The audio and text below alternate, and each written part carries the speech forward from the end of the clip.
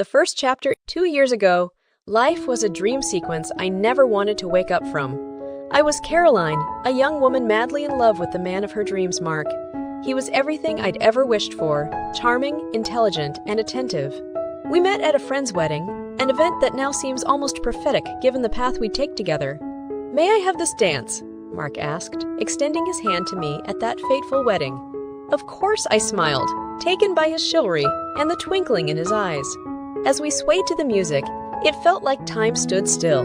Soon after that dance, we went on our first date, and then another, until the lines between days blurred into a beautiful picture of love and companionship. Fast forward a few whirlwind months, and Mark was down on one knee in the moonlit garden of our favorite restaurant, an engagement ring sparkling in his hand. "Caroline, will you marry me?" His voice trembled with emotion. "Yes," was all I could muster, my voice choked with tears of joy. The wedding preparations kicked off immediately. Each day, a flurry of tastings, fittings, and meetings with vendors. Our families got involved, their excitement palpable and infectious. Everyone seemed to think we were a match made in heaven, and I agreed. As I walked down the aisle on our wedding day, my father's arm looped around mine. I looked up and caught Mark's gaze. His eyes were full of love and anticipation, as if he too couldn't wait for the first day of the rest of our lives to begin. "We are gathered here today to celebrate the union of two hearts," the minister began, his words a soft melody accompanying the magic of the moment.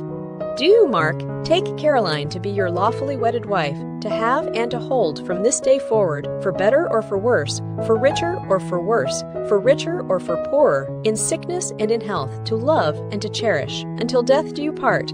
The minister looked at Mark as he voiced the sacred vows. "I do," Mark said, his voice unwavering, full of promise. "And do you, Caroline, take Mark to be your lawfully wedded husband, to have and to hold, from this day forward, for better or for worse, for richer or for worse, for richer or for poorer, in sickness and in health, to love and to cherish, until death do you part?" "I do," I responded, my eyes locked onto Mark's, believing every word I spoke. Our lips met for the first kiss as a married couple, and the room erupted in cheers and applause. At that moment, standing at the altar with our friends and family showering us with love and well wishes, I felt invincible. It was as if the universe had aligned perfectly to gift us this everlasting happiness. The reception was a blur of joyous moments. Our first dance, the clinking of glasses, the laughter and stories shared, but most of all, I remember feeling grateful, thinking that I was the luckiest woman in the world to be Mark's wife. "I love you, Caroline," Mark whispered into my ear during our dance, as if it were a secret too precious for the world to know.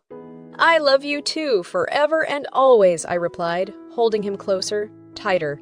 As we drove off to our honeymoon, our car adorned with just married signs and colorful streamers, I felt like we were embarking on an endless adventure together.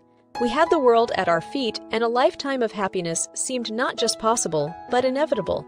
Oh, how naive I was! There you go, the first chapter in the tale of my marriage to Mark.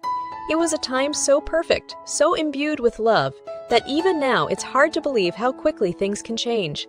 But as they say, when it rains, it pours. The first year of our marriage flew by in what seemed like a blink, filled with weekend getaways, dinner parties, and cozy nights in. We celebrated our first anniversary at the same restaurant where Mark had proposed.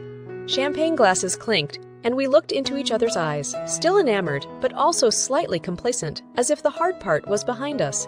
Little did we know that the universe had other plans. "We made it through year one," Mark said, his smile broad, but his eyes somehow distant as he raised his glass for a toast. "To many more," I replied, clinking my glass against his. The words felt automatic, almost rehearsed, but I brushed off the tiny pang of doubt that flashed in my mind. We were happy, but something began to shift during our second year.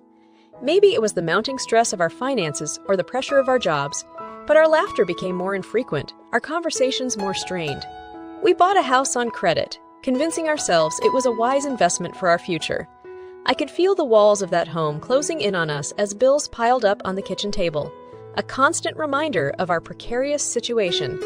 Our shared dreams of starting a family soon turned into tense discussions about whether we could afford it. But when I found out I was pregnant, it felt like a miracle amid the chaos. I thought it could be the catalyst for us to rekindle the love and unity that seemed to be slipping away. "Mark, "We're going to have a baby," I announced one evening, holding up the positive pregnancy test as if it were a winning lottery ticket. "That's great," he responded, his eyes reflecting a mix of emotions, surprise, joy, but also a tinge of worry. "You don't seem excited," I said, my heart sinking at his lackluster reaction. "I am, Caroline. It's just, we'll manage like we always do," I replied, trying to muster enthusiasm to mask my own doubts.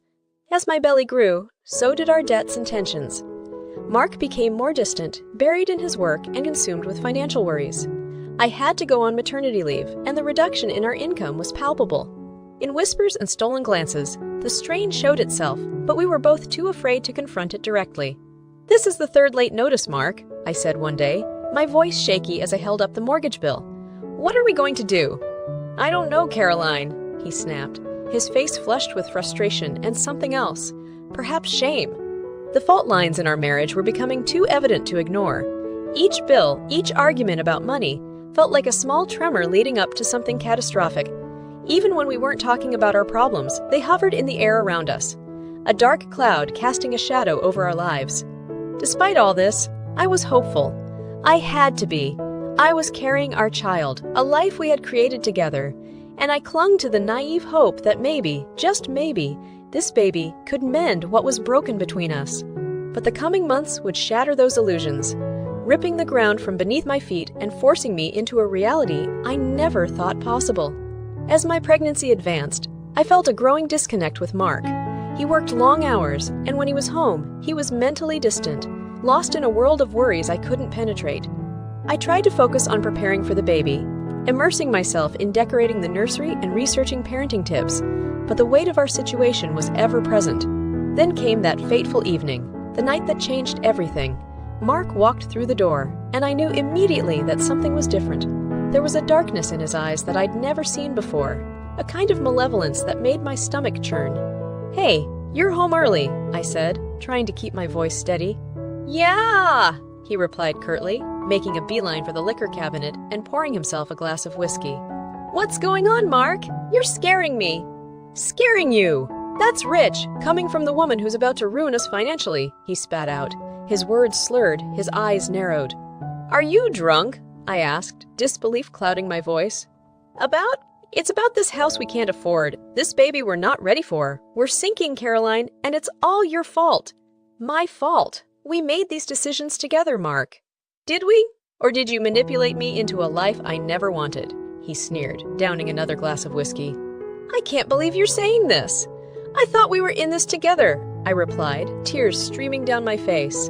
"That was before," he said, a chilling calm settling over his features. "I want you out, and I want you to get rid of the baby." I was stunned, speechless. All the love and respect I had for this man vanished in that moment. I couldn't comprehend what he was saying. Was this really Mark, the same man who had vowed to love and cherish me? "I will not get an abortion, Mark. I can't believe you'd even ask that of me," I managed to say, trembling from head to toe. "Then you're on your own, Caroline. I can't be tied down to a life I didn't choose," he retorted, leaving the room with an air of finality. I walked to our bedroom, my mind racing. Every step felt like wading through a swamp, heavy and suffocating. I locked the door behind me and let the tears flow freely. The dream was over, the illusion shattered. Our marriage had reached its breaking point, and I knew there was no going back.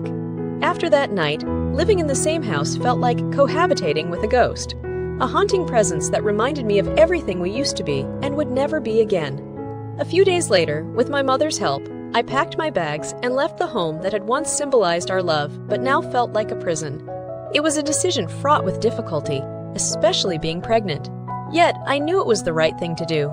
Mark had shown his true colors, and I couldn't bring a child into a world with a father capable of such callousness. As I drove away, I glanced at the rearview mirror, half expecting Mark to come running out, begging for forgiveness. But all I saw was the shrinking image of a house, a broken home that had once held so much promise. And though my heart was heavy with loss and betrayal, I also felt a newfound sense of determination. Mark had made his choice, and now it was time for me to make mine. I was about to become a mother, and while the future was uncertain, one thing was clear. I would do whatever it took to protect my child, even if it meant standing alone. And so, As I drove down that long, winding road, I felt both the closing of one chapter and the beginning of another. What lay ahead was unknown, but I was ready to face it, with or without Mark. After settling into my mother's house, my immediate focus shifted to the impending arrival of my child. The woman who had raised me was now going to help me raise my own. There was a certain poetic symmetry in that, a bright spot in an otherwise murky chapter of my life. The baby was due in a couple of months, and the preparations kept us busy. My mom and I converted a small guest room into a nursery, and although we had to do it on a budget, it was filled with love and anticipation. With each stroke of paint and each screw tightened, I felt the reality of motherhood seeping in. I was excited, yes, but also terrified, especially because Mark was entirely out of the picture. That was until I received the legal papers. One afternoon, a thick envelope with Mark's handwriting on it landed on my doorstep. My heart raced as I tore it open. It was a divorce petition, laced with demands that were unimaginable just months ago. He was asking for full ownership of our house, claiming it was his prior to our marriage. Even more shockingly, he was demanding a paternity test to verify if the child was his. "Can he actually do this, Mom?" I asked, my hands trembling as I held the legal documents. "He's desperate, Caroline. But we'll fight this. We must," Mom replied, her voice tinged with anger and disbelief. The next few weeks were a blur of legal consultations and sleepless nights. My lawyer advised me to gather all the evidence I could find, financial records, property deeds, even text messages and emails that could prove Mark's ill intentions. "I can't believe it has come to this," I said one day, as my lawyer sifted through the piles of paperwork. "I used to love that man. How did we end up here?" "Life is unpredictable, Caroline. But right now, we have to focus on securing your future and that of your child," she said, her face stern but her eyes filled with compassion. In a surreal twist, Mark agreed to a meeting to discuss the divorce proceedings. I was hesitant but decided to go, hoping to find some closure, if not for me, then for my unborn child. When I walked into the cafe where we'd agreed to meet, I felt a pang of sadness seeing him there. His eyes met mine, but they were devoid of the love and warmth I once knew. "Let's get this over with," Mark said, not even bothering with pleasantries. "Why are you doing this, Mark? Is it really all about the money? You made your choice, Caroline. Now I'm making mine." But demanding a paternity test, questioning whether this baby is yours. I couldn't contain the disbelief and hurt in my voice. "Can you blame me? How do I know what you've been up to since you left?" His words were a slap in the face, each syllable cutting deeper than the last. "You've really become a monster," I said, my eyes welling up with tears. "I can't believe I ever loved you." With that, I stood up, grabbed my purse, and walked out, leaving Mark and the wreckage of our failed marriage behind me. The unthinkable had happened. The man I once vowed to spend my life with was now a stranger, willing to tear apart my world for his own gain. But as I walked out of that cafe, something inside me clicked. I was done being the victim of Mark's malice. If he wanted a fight, then a fight he would get. I was ready to take back control of my life, for my sake and for the sake of my unborn child. And so, with steely resolve, I braced myself for the battle that lay ahead. Months had passed, and the baby was due any day. The divorce proceedings were messy, stretching on for what felt like an eternity. But finally, a hearing was scheduled to resolve the financial and custody issues. I had retained a strong legal team, all while keeping my focus on the health and well-being of my unborn child. No matter how stressful the situation got, I had to remember that I was fighting for 2 lives now. My mom accompanied me to court, her presence a comforting pillar of strength. As we walked into the courtroom, Mark sat there, his eyes hollow, yet filled with a stubborn determination that made my skin crawl. "Please be seated," the judge said as the hearing commenced. After a painstaking review of the evidence, financial records, and testimonies from both sides, the moment of reckoning arrived. "Considering the evidence presented, the property acquired during the marriage will be divided fairly," the judge began. "Moreover, due to Mr. Mark's lack of stable income and the considerable financial risk he presents, the house will be awarded to Mrs. Caroline, who has demonstrated a more consistent income and career path." A wave of relief washed over me, but what came next was the sweetest victory of all. As for the paternity test requested, the court finds this completely unnecessary and dismissive of the emotional strain it places on Mrs. Caroline, who is near her term. The court thus dismisses this request. Mark looked stunned. His face flushed a shade of red I had never seen before. His ill-conceived plan to bully me out of what was rightfully mine had crumbled before his eyes. For the first time since this nightmare began, I felt like I could breathe. The judge then announced that, based on the impending birth and my financial situation, alimony would be applied and calculated once the child was born. Mark's face twisted into a grimace, clearly seeing this as the ultimate defeat. Outside the courtroom, my mother hugged me tightly, her eyes filled with tears of relief and pride. "You did it, Caroline. You stood your ground." And I had, not just for me, but for my child, who deserved a better future than the one Mark was willing to provide. Shortly after the trial, my beautiful daughter was born. Holding her in my arms, I realized that she was my new beginning. Mark had destroyed our marriage and tried to wreck my life, but he couldn't touch the love I felt for this tiny being. Unexpectedly, a few weeks later, I received a visit from Mark. He looked haggard, defeated, standing at my door as if the weight of his decisions had finally caught up with him. "Caroline, can we talk?" His voice was low, almost desperate. "What's left to talk about, Mark? I was wrong. I see that now. I love you. I love our daughter. Can't we try again?" For a moment, I looked into his eyes, searching for the man I had once loved. But he was gone, replaced by a stranger I barely recognized. "Mark, you wanted me to abort our child, to give up the most beautiful thing that ever happened to me. You don't deserve us." "But, Caroline, No, Mark, you made your choices, and now you have to live with them. We're better off without you." I closed the door, cutting off whatever excuses he had left to offer.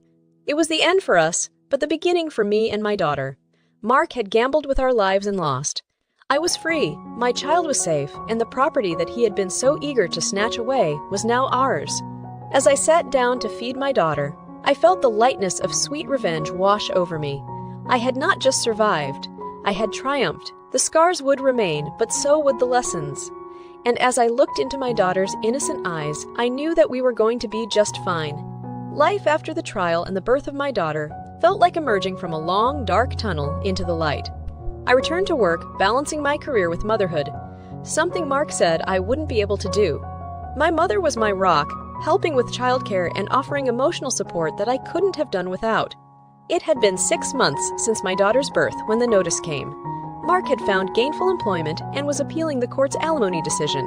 I couldn't help but feel this was yet another tactic, another way to assert control. However, my legal team was confident that given his previous behavior and the judge's findings, the chances of an appeal succeeding were minimal. "So he's trying to fight the alimony now?" My best friend Sarah asked incredulously as we had coffee one afternoon. "Yes, can you believe it? Just when I thought I was free, I sighed." "Well, he's in for a surprise. You've got everything, well, documented, and you've got a great legal team," she assured me. Days later, the appeal hearing took place.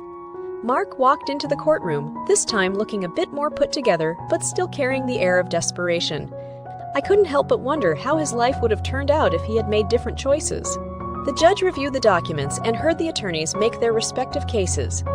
Finally, she spoke. After reviewing the updated circumstances and evidence, the court finds no reason to amend the original alimony ruling. The decision stands as it is. Mark's face contorted in disbelief, a mixture of surprise and anger. This was his final chance to pivot the narrative, and he had lost.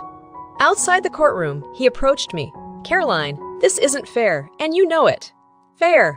Was it fair to kick your pregnant wife out?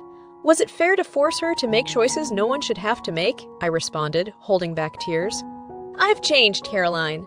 I'm working now. I can provide," he pleaded. Change isn't just about finding a job, Mark.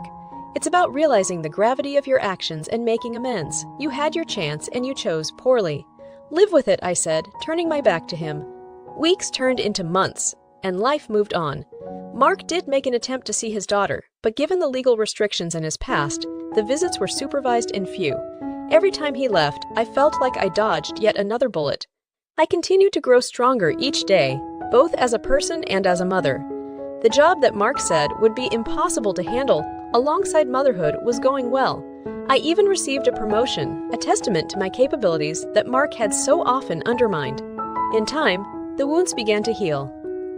My daughter's first steps, her first words, her instant laughter, each of these milestones washed away a bit more of the bitterness that had tainted my life.